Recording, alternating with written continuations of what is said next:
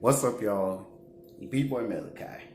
So, today is the beginning of a very new journey for me. Like, y'all already know my other journey with the transitioning into male. Well, transitioning from female to male. So, that was my first journey, already on this page. Now it's time for a new chapter in my life. And with this documentary, from now on, y'all gonna see. So I'm gonna call this documentary "The Human Male Seahorse Breaks It Down." If you already know about seahorses, that the male seahorse is the one that have the kids. So basically, this is going to be my documentary from here on out until it's done. But I just want to introduce y'all to the first episode, the beginning. So basically, I just want to talk about where it all started. So as y'all know, that I have been transitioning for 2 years. Upcoming August this year will make 3 years of me being on T and transitioning. And it'll be in November, will be 2 years post-op top surgery. I did not have bottom surgery, of course. I do not want bottom surgery for my own personal reasons. A lot of people have their own reasons on why they do and do not want that. What made me want to transition is because something that I always felt on the inside. Like I said, I always wanted my insides to match my outsides. I don't know if that makes sense to people. And as y'all know, when I first started this journey, that still trying to find myself and figure out myself, I was dating a female, cis female, and we had a good relationship. Everything was good, but sadly, it had to come to the end, just like a lot of relationships these days. So we're still friends and we're still in communication with one another, so that's a good thing. So other than that, I started dating a guy. So as y'all can see, the last video on my last post is mainly about trans guys dating guys. And if you notice in that post, that posted video that I had details in there, which probably is key details to where I am now. So but yeah, me and him, we met in June at my first drag show. I had my first drag show in Memphis, Tennessee at Drew's bar. And I was nervous, real nervous, as usual, to do the show, but he was nice. And I remember I sat next to him, and well, he's a drag queen, so we use she pronouns. So I was sitting next to her, and she was nice, and everybody was like, "What? Like, you sitting next to them? It's not a thing." And then it was just all cool, and she was being a little flirty. Same here, and I was nervous at first because I was like, okay, a lot of people look at me and they like the outer appearance, but they don't know the whole me. Like, they don't, so I was like, you don't know what you get yourself into. That's what I'm thinking in my head. Like, I can tell this person's into me, but I don't want to send out the wrong message and stuff. But, eventually we swapped information because we were supposed to do a show together. And from there, we was advising each other back and forth, and then I explained to them my situation, and that was okay with them. They haven't really been with a person like me, so that was new. And I haven't been with like a cis male before him, like in relationship wise, since I was probably like 19. So it was kind of new to me to take this step, because I told myself that I wasn't gonna never like date a guy again because I felt like guys are all the same. Like, you know, they only want you for one thing and blah, blah, blah, blah. So I kind of excluded myself from that community, and I just was at the time back then was lesbian, and then just that transition. Then I was like, okay, I'm gonna just be a guy that date girls, you know. And then I was like, well, I'm still attracted to certain guys, you know. So I was like, you know what, I'm gonna give it a shot. Why not? Let me give it a shot. So, bam.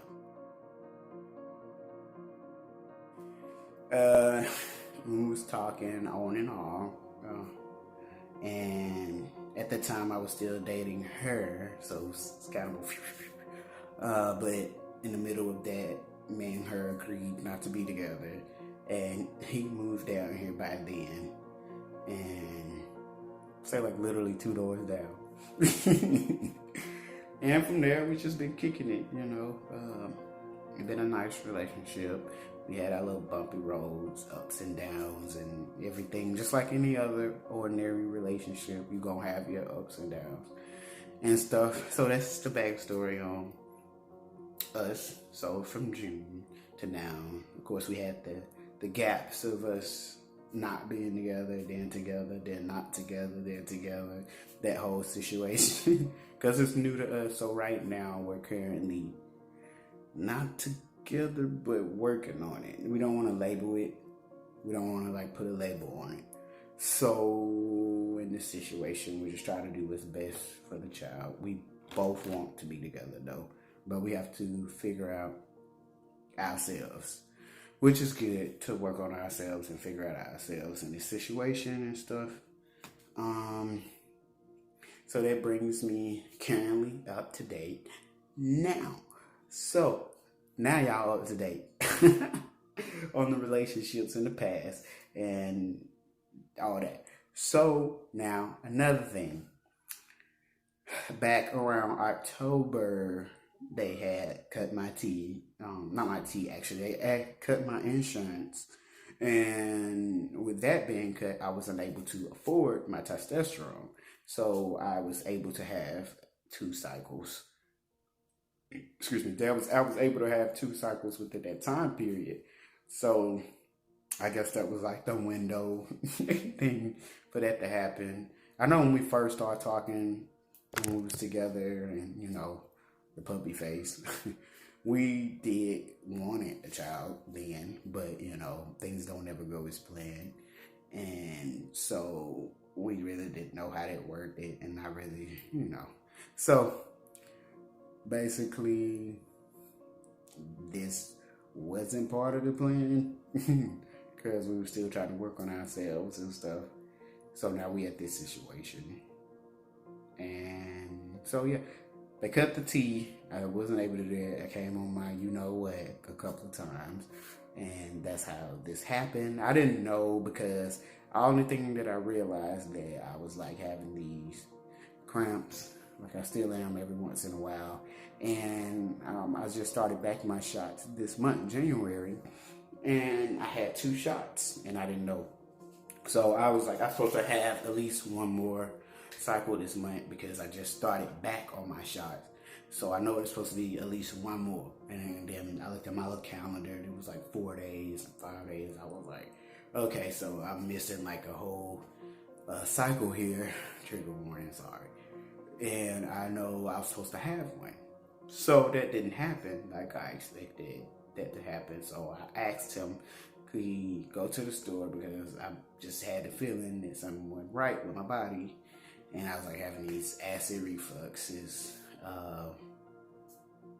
And I don't know, it was just crazy dreams and stuff. And I was like, just told him go get a test. So he went to the store, Dollar Tree, where I normally go get my test because it's cheap. He went to Dollar Tree, he grabbed the test, 2 of them. And I decided I was going to wait till that morning to take 1. So I came over here early this morning. He was laying on the couch. I went in the bathroom. did the thing, and you know, I was in my head. I was like, yeah, this is gonna come out negative. It's just probably the shots, you know. So I'm thinking that's what it was. That it was the shots, and everything was gonna be negative. So I didn't set the thing down. You can see the little purple thing go on, and like immediately it was like a line, and then a line, and I was like, what? So it really was shocking, and I was like. And he was like, wet. And I was like, wet. And he was like, wet. And I was like, what? So that's how that happened. And I just got the test. I laid it right there on the arm of the couch next to him. And he was shocked. I was shocked. We were shocked. He just laughed. I laughed. It was like wet now, you know. But we was like, we're gonna wait till tomorrow and take another one just to be sure, because you know it's a such thing as a false positive. So the next day, I did it again in the morning, and it was like extra positive. So 2 of them made a doctor's appointment. Went to the doctor.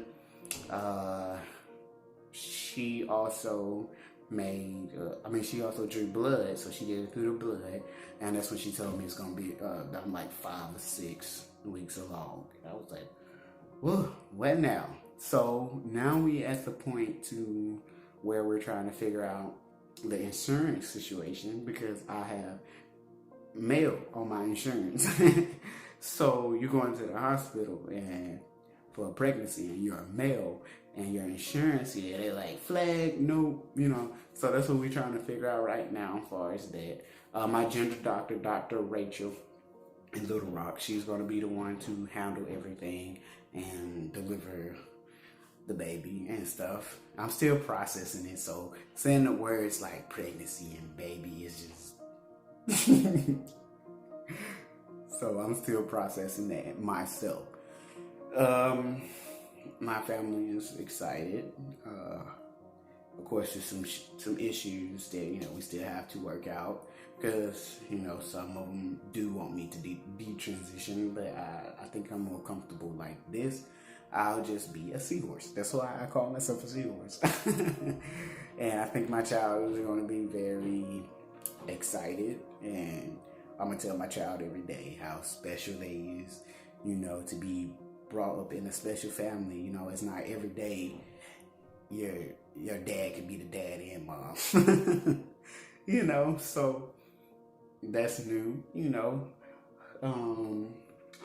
But there's things that I am worried about, you know, like the health, because I did take 2 shots. I'm worried about my child being rejected due to the fact that who I am, you know. Let's see. You know, it's a lot that goes on through my mind, but I'm just going to cut this video short, and I guess we're going to continue from now. This is just a sit down intro to the whole thing. From now on, I'll be trying to record live, take pictures, keep y'all with me through this whole entire documentary. And if y'all have any questions, like I said, you know, please feel free to comment below under the comments, or hit me up in my inbox or anything, and I'll be sure to answer y'all questions. Let me see if I had anybody ask some questions that y'all might have. I know a lot of people ask, like, who carrying the baby? Me. Okay, and they ask, how did you get pregnant in your own tea? Well, if you miss your shots for a while, then, you know, your factory down there is going to kick back into overdrive, and you're going to have your monthly monster. And normally when you have your monthly monster, then you're going to start ovulation period and stuff and all that. And that's how you get pregnant, by having sex around that time. I mean, you learn that sex education. So basically your factory is just back in business. Is it going to change anything? Not that I know of. My top surgery still feels the same. Voice still the same. Still got hair. Nothing's changing yet. Not that I know of, but we'll see. And hopefully I can answer everybody's question, and hopefully I can help the next person not be scared. This is the whole point of me doing my videos, so I can inspire the next person, you know, because somebody had inspired me. So continue to watch these videos. Do not let this be your last one. I know I'm rambling a lot in this one. This one's probably the least interesting one right now. But y'all, please like, subscribe, and continue to watch this video. Sorry about the light situation in here. It sucks. Like I said, I'm gonna do better. So I don't want to do that same outro because I have to like press a button. So I'm gonna just bring my phone this way, and bye y'all.